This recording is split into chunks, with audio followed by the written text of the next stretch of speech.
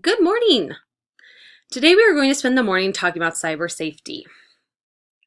With our district pushing so hard to integrate technology into the classroom, we need to educate our students on how to be positive digital citizens. Before we continue, please take a moment and discuss with your neighbor what you think cyber safety means to you. Why would cyber safety be important for our students to learn? And how might you start to talk about cyber safety in your classroom?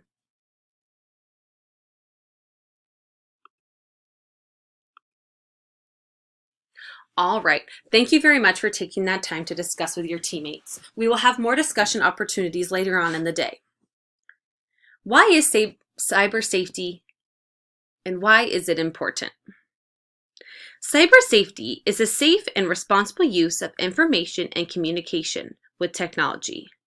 With our students basically being born with a device in their hand, we need to stress to our students that personal information and communicating with strangers on the internet is a dangerous practice that they should refrain from. The earlier that our students can start to practice cyber safety, the safer they will be as they get older.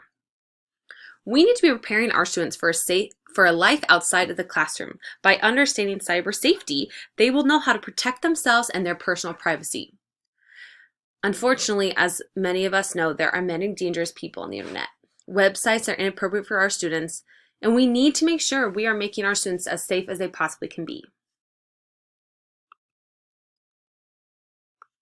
This year, we will be working with our students to become digital citizens. Digital citizens are learners who use their technology-driven powers conscientiously and with empathy to help make the world a better place. Digital citizenship can be separated into 6 categories. The 6 topics that we are going to discuss are media balance and well-being, privacy and security, digital footprint and identity, relationships and communication, cyberbullying, digital drama, hate speech, and news and media literacy. Media balance and well-being.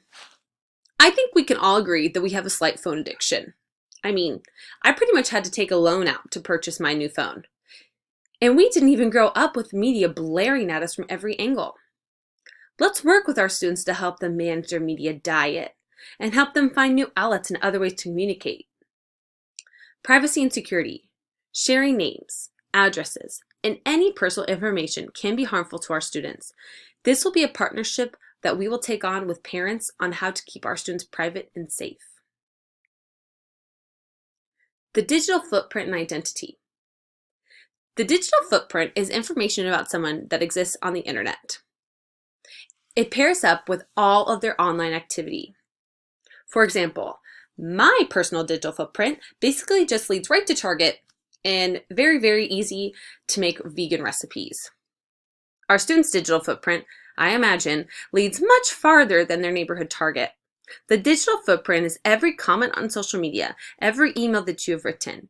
It is important for our students to have a positive digital footprint. When you are in your PLCs after this, please brainstorm some ideas on how to help our students have a positive digital footprint. Relationships and communicate. How are students communicating? Is it with grace, kindness, respect, or is it built from strength coming from behind the screen? Teaching students respect online should go right with our social communication that we work on every day at school. Cyberbullying. We all know cyberbullying, and we will get more in depth with it as we go to the next slide. Digital drama. Because kids find more power from behind the screen, more digital drama is popping up. But unfortunately for us, it is leaking into the halls of our schools, making it hard for our students to learn and feel safe, which, as we know, is always our top priority. Hate speech. Currently, the world is a very scary place. The violence and ugliness that is shown around is teaching our students terrible things. We need to continue to teach with love and understanding, but also work to stop and type any type of hate speech that we hear or is reported to us. News and media literacy. Let's teach our students how to understand what a credible source is and what not a credible source is. Believing we can trust anything we read on the internet is definitely gone. Cyberbullying. All right, before we dive in, let's all just take a breath. This topic is hard to discuss, but it is prevalent and affecting our students every single day. Preventing cyberbullying can be difficult and may be impossible, but the support we can give when we hear about cyberbullying happening or even having some suspicion is important. Be aware of changes in your students' behavior. Are they acting different, shying away from the group, being left out? You know your students and you know their typical behavior. Please watch for that atypical behavior that might pop up. This is a great practice in relationship building. If your student feels safe to discuss different matters with you, you might be able to help them if they are being cyberbullied. Please come to me with any suspicions or support that you're going to need. A few types of cyberbullying that might happen are flaming, harassment, denigration, impersonation, outing, trickery, exclusion, and cyberstalking.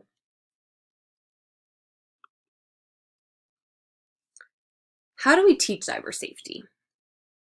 We have a really great opportunity to use our morning meetings to discuss cyber safety.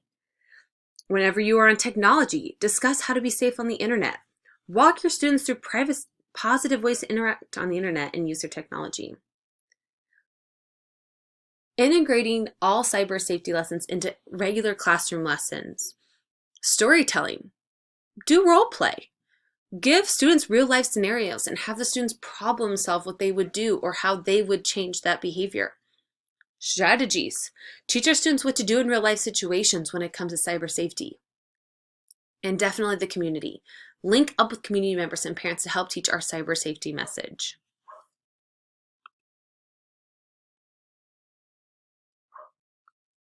According to Pew Research Center, 95% of teens are connected to the internet and 85% are social media users.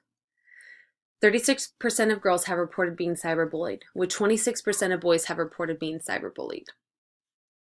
Over half of students who identify as LGBTQ have experienced cyberbullying. 64% of students who have been cyberbullied say that it affects their ability to feel safe at school. 83% of students who have been cyberbullied have also been bullied in person. All right, this next slide. We're going to take a few minutes to discuss with your teammates the scenario and what would you do to help. The scenario is, your class is working on an end of the year project. They will all be in small groups using school's technology to complete the project. You notice one small group off to the side. Your teacher senses say that they are off task. You walk over and ask to see what they have completed. You come to find out that they were on an unapproved website, clearly not complying with the school's policy. How do you approach this problem? What steps do you take? How do you change your assignment now that they are unable to use technology? Please again take a few minutes to discuss what we would do in this situation.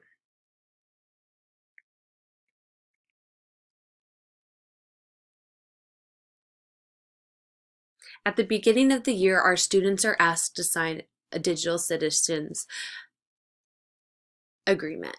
When students are found to not be complying with the agreement, they will lose their technology privileges for a certain amount of time.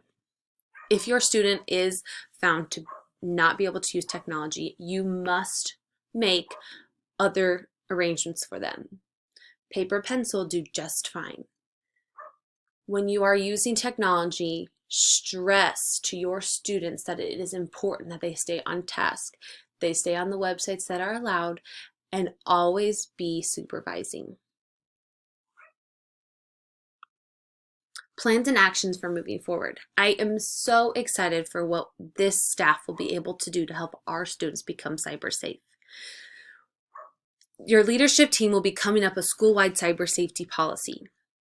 At the back to school night, Mrs. Ball, the counselor, and I will be leading the cyber safety information, but the leadership team will also be in the cyber safety information meeting to discuss with parents any questions or concerns.